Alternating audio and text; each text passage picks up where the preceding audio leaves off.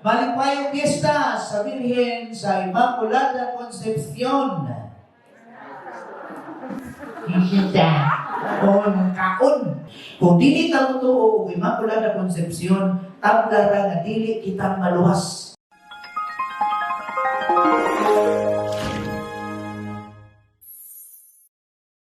Bitaw mga igsoon, tinuod na ang atong kalipay kay this is the moment, no, ang kasaulugan diha sa ato ang pinalangga nga inahan Birhen sa Immaculada. Pero ibalik-balik na yun kini sa kadaghanan ato sa anay ning hinay-hinayon o pagpasabot kay bisan sa kadaghanan ninyo dinhi posible ang uban nakasabot o unsa gayon ng Immaculada Concepcion. Pero naapoy pipila base kung ayo dili unta nga base wala ay nakasabot unsa ay ng Immaculada Concepcion. Klarohon sa nato. Show of hands. Kinsay nakasabot unsa ng Immaculada Concepcion? Yun lagi? Si Abras ay nakabalo? Show of hands. Tinuuray. Kini mga lektor, itig basa mo yun ni. Ayaw ka mong kaaw, no? Kabalo ko mong giuwawon sa mo. Kinsay nakamao ninyo. Unsa ng Immaculada Concepcion? Usa ra show of hands. Ayaw sa explain kay tawag rata mo. Usa, uha. Tanawa lagi. Dias gawas. Sure mo pili na tamamundang ani. Kuha mo kasayod. Tinuod ko huwag mo kabalo. Alang sa mga wala nakasayod or confused about Immaculate Conception. Kanang pagsaulog na to karon mao kining solemnidad. Tungod kay this is the conception of our Blessed Mary or the conception of Jesus. Namutana ko ninyo, conception of Mary or conception of Jesus? Mary siya. Pag-sure mo, laruhot na ni. Nangurog na mo. Conception of the Blessed Virgin Mary. Kaya mo yung kita pagpanganak ni Jesus, it is understood December 25, Pasko. Diba? Ayaw mo libog-libog diha, anong mahurog man mo. No, klaro na ito na, and we must claim it, nagkabalo kita, isip mga binunyagan. Sayang kayo pagka-binunyagan, yan yung kamao. Ingnan nyo mga anak, mga kuya ninyo, Immaculate Conception, mao ka ng gi-anak si Maria nga putli. Gi-anak siya, hilwas sa sala nga panulundon. Nagkatikisim na taas at Ate Marisa din. No? Klaro kayo na siya mga igsoon, no? Si Maria, gianak nga lipyo sa sala. Ano man? Wala na siya hilakti. Sakto. Pero, una, og labaw sa tanan, ang ato ang pag-abot ni Maria, isip pag-anak sa iya, kinsa kaniyang ginikanan? Si? Santa Ana o si? Joaquin. San Joaquin. Gianak siya, walay sala. Ano man? Kay pinili siya sa Diyos. Tanawa? Gipili siya sa Diyos. Ano gipili man siya sa Diyos? Kay gipili lang siya. Kung dili ko mutuo, nagipili siya sa Diyos, pwede natang mawala sa kalibutan. Inana ang diretsyo nga koneksyon. Pero, mauna ang laktod nga direct, laktod na direct pa, no? Direct nga mga analogy. Kay, kung wala si Maria, gianak, na giandam ni Jesus, giandam sa atong Ginoo, isip mamahimo siyang inahan ni Jesucristo. Maabot kay si Jesus kung wala si Maria? Dili. So, giandam sa Ginoo si Maria, lipyo sa sala, kay ang iya taguangkat, ang iya sa bakan, of course, naaya ang Ginoong Jesus nga ipaagi kaniya through virginal birth. Kinabtan si Maria, wala? Kinsa may nagilabot niya? Ilabtan siya sa Espiritu Santo, pinaagi sa grasya sa Espiritu Santo, manganak siya kang Jesus. Ang atong gihisgutan sa Ebanghelyo pagbasa sa kung sa ganyan na sa misteryo sa Rosaryo, naminamuha ng sigarilyo ng mata. Anon si Yesu. Ikapila na sa Rosaryo. Unsa na misteryo? Glorious. Pag-sure mo. Makulang yung video naman ako niyo. Ato ni Elison. Mga igsoon, klaro kaayo ha, ang pagpanganak sa ato ang langit ng inahan si Maria, gipangandaman kini, dili lang kay aron kang Jesus, ipanganak siya, kundi alang kanatong tanan sa atong kaluwasan. Direct. Gianak si Maria, hilwa sa sala, aron si Jesus, ipanganak niya, nga limpyo usab, aron si Kristo, matao sa kalibutan, alang sa atong kaluwasan. Di ka maulaw, anak. Nga di ka mo tuog, Maria. Yan naman mo, kamo mga Katoliko, ayun kayo mo makampog mga santos, mga ribulto ni Maria, mga ilarawan niya. Nga inyo man siya gisimba. Yan naman yung gisimba.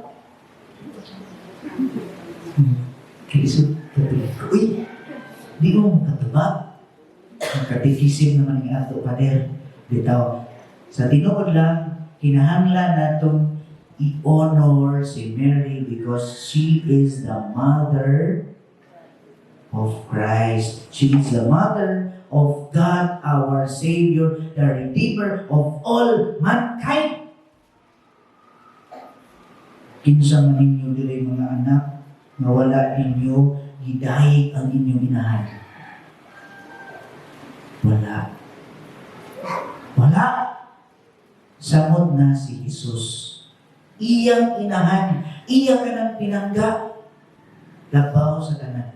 So kung asa si Jesus, or kung asa si Maria, si Jesus to apon, kung nag-ampo ka sa Rosaryo, kinsa man ninyong ipahinungdan si Maria, paagi kang Maria, ngadto kang Jesus. Muna'y klaro ako ninyong tubag kasi niya kaburit sing na mo kakihon kayo mo, di na mo katubag. And I remember, no, again, I already shared this to you. Daghan kay mga kaigsuunan na to, na converted pastors, and I met them. Nga, sa panahon nga sila, ngayon pa sila, sa panahon nga pastor pa kami, maglakot yun ang mga santos niya sa atubangan. Di mi ganahan. Ako ginang amo ng kawaton, among lugmukon, o among isulod sa sako. Dayon, among itambog dito sa dagat. Hindi ni ganahan magtanaw anang Maria, Maria. Kalusog, no? Pero sa panahon nga na-realize nila sa ilang pagpamalandong o sa ilang pagwali, mura man sila nakaingon na gitiyaw-tiyaw na naman niya mo ang pagwali. Mura na sila confusion. No? Niabot na ang lamdag sa Espiritu Santo nga murag sayop man ang ilang giwali. Kung mayroon sila, sa panahon nga mabalik na sila, converted to Catholicism, ingon sila nga maghilak sila sa panahon nga ilahang makita ang ilahang kaagi sukod kaniadto nga ilang dumukon na mga imahe ng mga ribulto sa inahan si Mama Mary.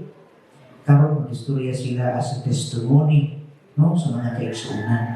Maghilak sila kay nilang konsensya dili nila makaya nga ang inahan sa Dios ilang gipanamass-tamasan. Mga igsoon, mao ka na si Maria sa Immaculada Concepcion nagadawat sa dako kaayong grasya, sa unique grace nga gihatag kaniya tungod kay duna siya'y merito sa Ginoo tungod sa atong kaluwasan.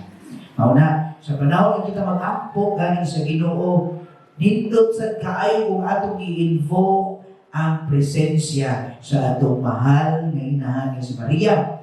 Kay naa kayon mas higpit sama sa atong mahinumduman. Ano sa ganina hitabo ako ng milagro sa atong Ginoo? Kamulihan. Asa man? Kasal sa kana.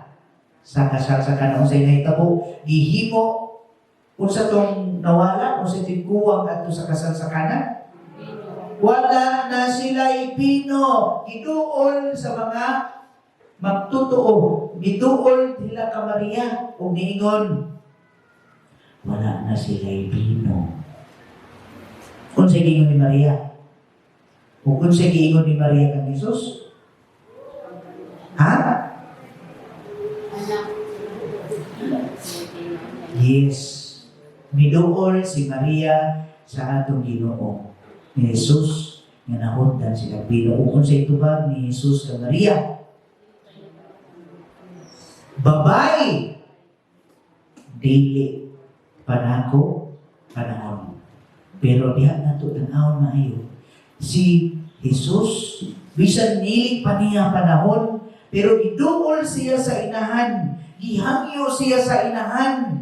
Wala siya ka balibad. Kinsa may mga kuya o kaninyo nga moduol sa inahan nga makabalibad. May say, ma, kalit-kalitan ko na. Unya na! Pero kung bisan pag inahan ka nga mo balibad kasi mo anak, pero na ay konsensya. Mo ikon siguro yung konsensya. Sige lang, paliton ka na. Maningkamot sa tagpangita o paagi. Haron, ato mapalit. Diba? May inahan nga na din eh. Naagyo na ang inyong hatag o concern sa mga anak. Labi na kining gibangayo niya usaka kinahanglanon diha kaniya. Mao na, sa unang milagro, si Jesus wala kabalibad sa gipangayo sa inahan. Mao na mga igsuon, kita karon nga mamagtotoo sa atong Ginoong Dios.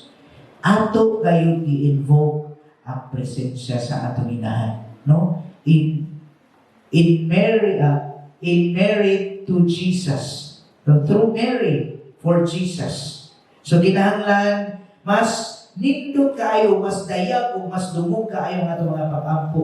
Kung mag-ampo kita sa Ginoo, ipaagi nato kang Maria. Atong pangayoon ang iyang tabang o pangama kanato. Mana? So mga igsuon, again, unsa man ang pinakamensahe, unsa may angay natong pamalandungan ni atong pagsaulog sa solemnidad sa Immaculada Concepcion nga si Maria nakadawat sa unique na grasya nga gihatag sa Ginoo kaniya, walay sala, limpyo sa sala nga panulundon.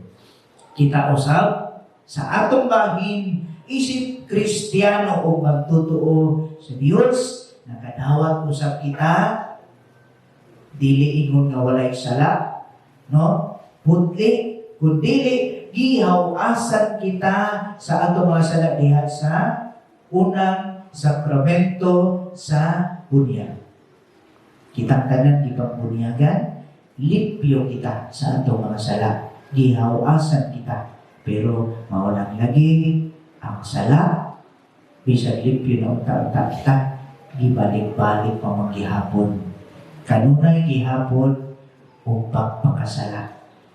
Pero ang hagit alang kanato na si Maria, isip moong modelo. Siya ang bagong image of the church. Nga siya ang embodiment of the church. Kay tungod kay gihimo man kini sa Ginoo alang kaniya. Kita usab isip mga Kristiyanos, giha-awhag nga unta atong likayan ang pagpakasala. Ug atong i-realize nga ang grasya sa Ginoo anaa kanunay kanato sa matag adlaw naglihok.